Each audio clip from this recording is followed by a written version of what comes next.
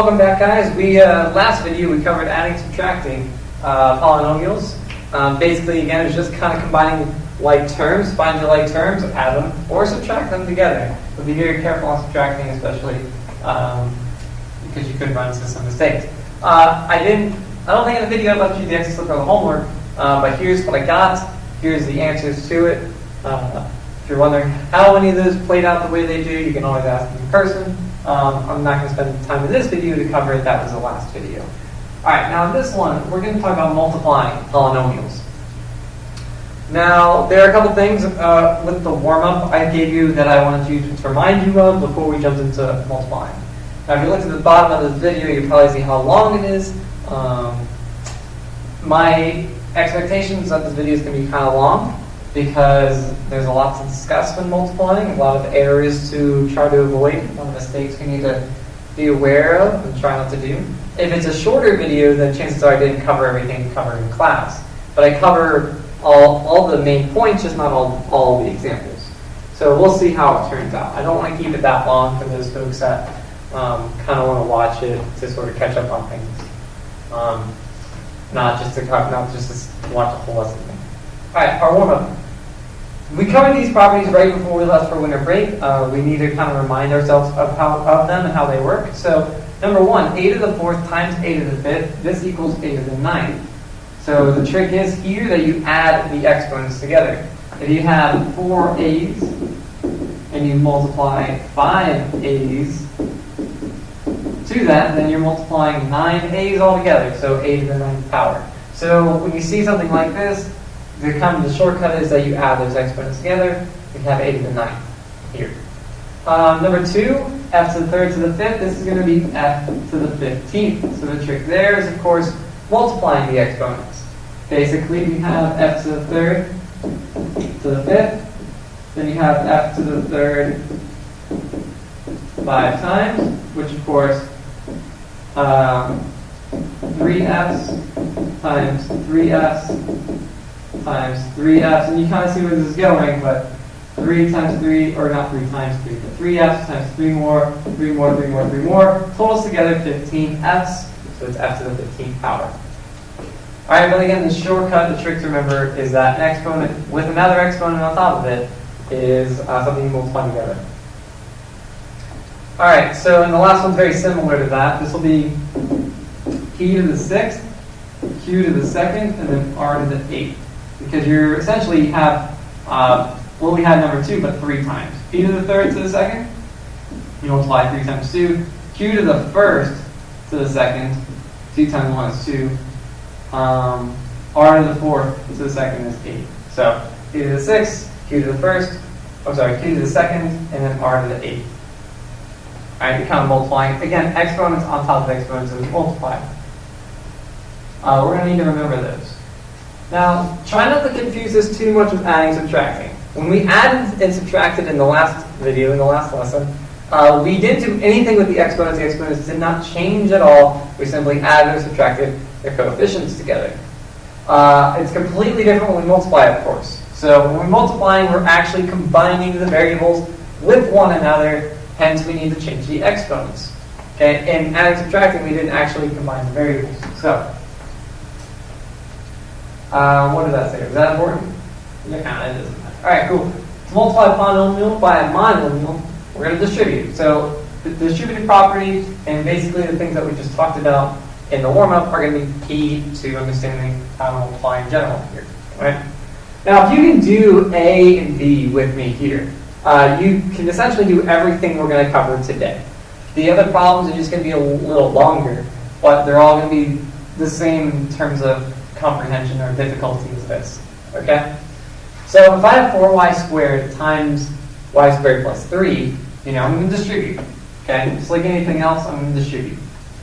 But of course, let me kind of write this on the side so you can see what we're doing. If you have 4y squared times y squared, well, you have kind of what we have in that warm-up, right? With the a's, I had a to the 4th times a to the 5th. What did we do?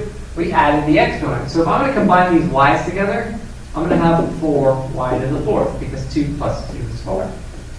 So multiplying this first 4y squared, first term y squared, it's going to be 4y to the 4th. I'm essentially combining these y's by adding the exponents. Now, next I have 4y to the 3rd. Wait, why did I say y to the 3rd? Y to the 2nd. I was looking at the 3, I guess. Y to the 2nd times 3. Now, I don't have to combine the y's with anything because I only have the y squared, but I have 4 times 3. And 4 times 3 is 12. So it's going to be a 12, of course, and then the y squared. Plus 12 y squared. So it's kind of, it's familiar, it's different, but it's familiar. Make sure you're distributing, you're multiplying everything here, except when you multiply, quote unquote, your variables, you technically kind of just add the exponents. Because remember, a y squared times a y squared is a y times y, essentially y to the 4th. Okay, you add those exponents. Now b is very similar. Okay, we're going to distribute. It's kind of long, but we're going to distribute. So here, fg times f to the 4th. Basically, I have 1f times 4f's, which is going to make 5f's, essentially, right? And then that g is all alone. So we have f to the 5th, and then we'll have that g still. So this will become f to the 5th, g. All right, then let's do the next term. So fg times 2f to the 3rd g. We're just kind of, it's sort of, I don't want to use the word combining because I don't want you to think it's like combining like terms, but essentially you are kind of putting together the f's and the g's and you're sort of counting them with their variables, or with their exponents. So here it's an f, you have 3 of them here. We still have that 2, but we'll have f to the 4th because f to the 1st and f to the 3rd, which will make f to the 4th. And I have a g to the 1st and another g to the 1st, which would make a g to the 2nd. So again, basically, to combine, quote unquote, I don't really want to use that word, but to combine your variables, you're simply kind of adding those exponents together, counting how many of the variables you have. So here, because it's positive, so you're going to need a plus. We'll have 2 f to the 4th, g to the 2nd. All right, let's do the last two here. When I'm distributing, kind of without writing it off to the side, because I don't really want to get used to that. All right, so I have an f and a g, and I'm multiplying it to a negative 3 f to the 2nd, g to the 2nd. So the negative 3 is still going to be negative 3 because I'm not multiplying it by any number. I'm not distributing any sort of numbers here. F and f to the 2nd is going to make an f to the 3rd. A g and a g to the 2nd is going to make a g to the 3rd. All right, so there's your 3rd term. And then the last term, all the way over there, fg times fg to the 3rd. So I have f and an f, which is going to make an f squared. It is plus, by the way. So we're adding it. A g and a g to the 3rd is going to make a g to the 4th. So it looks really weird and impractical and ridiculous. Like, who's going to need this in their life? Am I right? Am I right? Ain't nobody going to use that. Who cares? Okay, we're doing it. It's in our standards. We're going to do it. All right, there it is. Looks very nice. Looks ridiculous, actually, but it comes out as how you're supposed to do. All right, let's try this. Same idea, all right? Let's kind of focus one thing at a time. The first one. All right, notice I have 3 times 4. Let's do those numbers. 3 times 4 is a 12. Then I have, I'm kind of doing it, like I said, one at a time. C and a c squared will be a c to the 3rd. A d squared and d would make a d to the 3rd. So that was me putting this term multiplied to this term. Now, let's multiply 3cd squared to the 2nd term. All right, so 3 times a negative 6 will be a negative 18. A c and a c will make a c squared. A d squared and a d will make a d to the 3rd. Okay? And again, if you're wondering how I got c squared, it's because there's one c here, one c here. When I put them together, I have 2 of them. And why I get d to the 3rd? Because there are 2 d's here, and there's 1 there, and 2 and 1 will make 3. So remember, when I combine the variables, I'm kind of adding those exponents together. Okay? But technically speaking, we are multiplying. Okay? All these terms to one another. Let's do the last one. So 3 times 14, oh geezer. 42? I think, yeah. 3 times 14 will be 42. A c and a C will be a C to the second, a D to the second, and a D to the second will be a D to the fourth. So there it is. Again, it looks ridiculous, looks pretty complicated, but all it is multiplying. 3 times 4, 3 times -6, and things like that you already know how to do. And then the C and the D's all essentially doing is totaling them up, adding the exponents together. Adding how many D's are you multiplying together, how many C's are you multiplying together. Let's try this last one, just for fun. All right, you're welcome to pause and try it on your own to see if you can get it right. I would really encourage that. But if not, you can still follow along. All right, so this first one, there's no number, so that's nice. I'll have 6 still. X squared, there's no x's being multiplied with those x's, so still x squared, but the y's and the y to the third make a y to the fourth. All right, let's choose another color. Next one, all right, x squared, y times y squared. I'm not changing the x, there's no x's, just those. I'm not multiplying any more to them. Y and a y squared make a y to the third.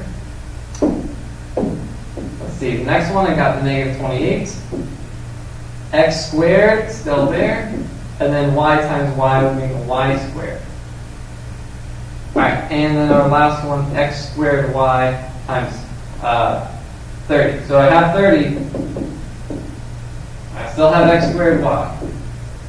So none of that really changed. We just kind of multiplied. Remember, so if you really want to see that right now, x squared y times 30. It's pretty obvious where, if you write it out like that, it's going to be, of course, 30x squared y, and you essentially rearrange it. If I backtrack a little bit, x squared y times -28y. Of course, you can see the -28, the x squared, none of that changes, but you have 2 y's when you combine them to get the y squared. I've already solved the problem. If you're wondering what I'm doing now, I'm simply backtracking in case you didn't know how I got any of those 4 terms. So in the red, you've got x squared y. That was me multiplying it to y squared. Again, if you're looking, you have the x squared, but you can combine your y's to make a y to the third. So again, that's how I got that. And the very first term, x squared y times 6y to the third. You can see, of course, I have 6. I have my x squared. But when I combine the y's together, I make a y to the fourth. So that's how I got all those terms. It's not really necessary to write all this out on the side. It does kind of help in terms of getting these if you're kind of just sort of new to it. But you shouldn't have to write all that work out. You should just kind of be able to go one by one and get the answer in terms of fluency, in terms of doing it quickly. It's not about doing it quickly, of course. It's about doing it correctly. But at the same time, we want to make sure if we can do it correctly and quickly, then that's called fluency. We'll be able to do these without a problem. All right, now moving up to the next level. It's, again, the same thing, but we're essentially doubling the amount of work that we have to do. We're going to distribute. Now, there's 2 ways to do this. I think I know which way you're going to prefer, but let me do it my way first, and then I'll show you basically another method you can use. So you're distributing 1 term at a time. Notice we have 2 terms here, and we're going to distribute both of them into this trinomial. So one thing at a time. Let's focus on the a, and we'll distribute this a. So a times 2 will be 2a. A times -5a would be -5a squared. And a times a squared will be a to the third. We can, if we want to, go ahead and rearrange that in the standard form, but it's not really necessary at this point because all we're going to do is have to combine like terms anyway later, so we can just, but let's not worry about putting it in standard form right now. All right, so I distributed a. Now I'm going to distribute the -3. So -3 times 2 will be -6. -3 times -5a will be a positive 15a. And then -3 times a squared would be a -3a squared. So there it is, all multiplied together. All we need to do now is combine your like terms. So let's start again, like the biggest term to the smallest. So a to the third is my biggest. So we're going to start with that. I don't see any other a to the third terms, but so that's going to be our kind of our first one.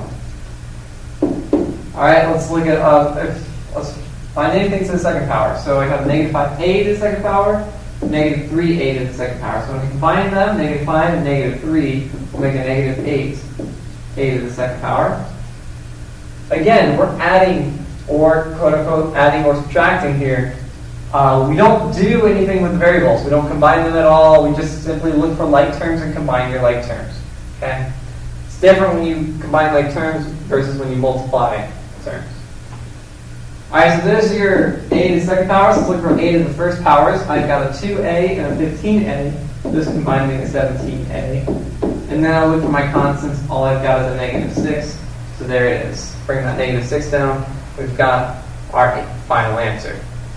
Alright, now let me do the same exact problem, but let me show you a different approach. Okay, and this approach is highly liked by a lot of people. A minus 3.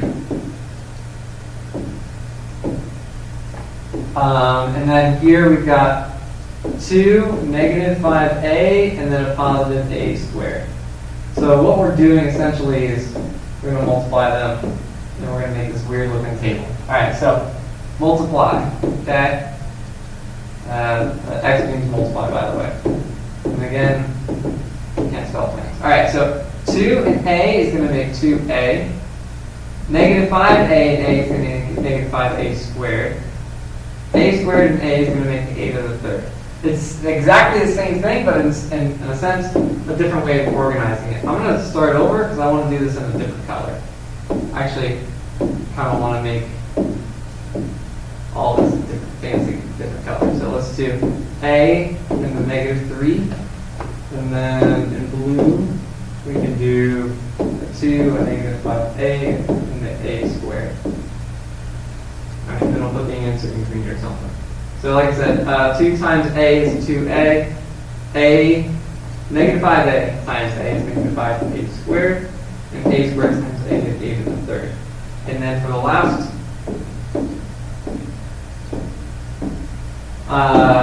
the next bit of distributing, negative 3 times 2 is negative 6. Negative 3 times negative 5a would be 15a. And then negative 3 times a squared is negative 3a squared.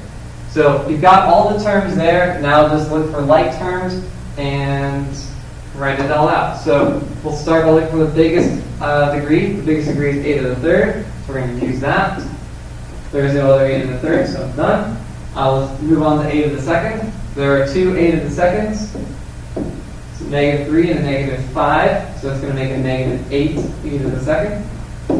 So I'm done with those. Then I look for my a's to the first. I've got 2 of them. I got a 2 and a 15. So it's going to make 17a. And then I look for my constants, and all I've got is that negative 6. It's the same answer, but it's just a different way of organizing it. That's all it is.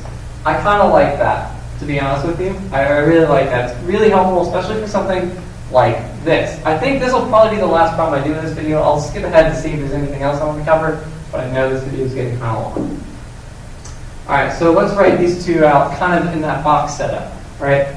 Now, keep in mind, this is different than adding and subtracting because, notice, there's no plus or minus sign in the middle. So don't add or subtract. When you don't see a plus or minus sign in the middle, of course, that indicates to you that we're technically multiplying these two.